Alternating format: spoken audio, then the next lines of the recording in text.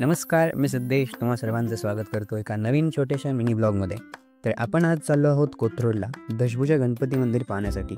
दशभुजा गणपती हे देवदेवेश्वर संस्थानच्या कोथरूड विभागातील गणपतीचे मंदिर आहे.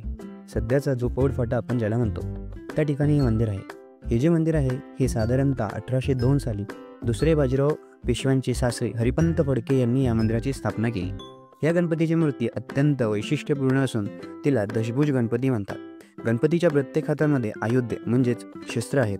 तसेच बाप्पाच्या डाव्या मांडीवरती येथे वल्लभादेवी आहेत व तसेच बाप्पाच्या सोंड्यामध्ये अमृत कुंभ आहे.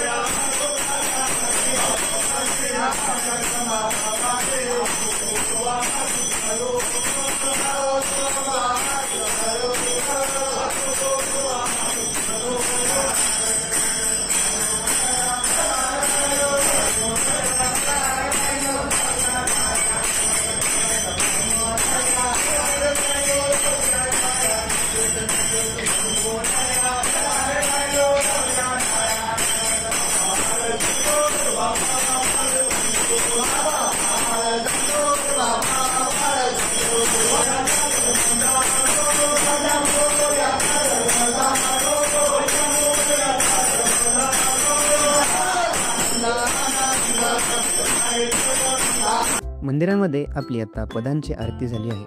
मंदिराच्या उजव्या बाजूला वीर मारुतीची एक मंदिर आहे.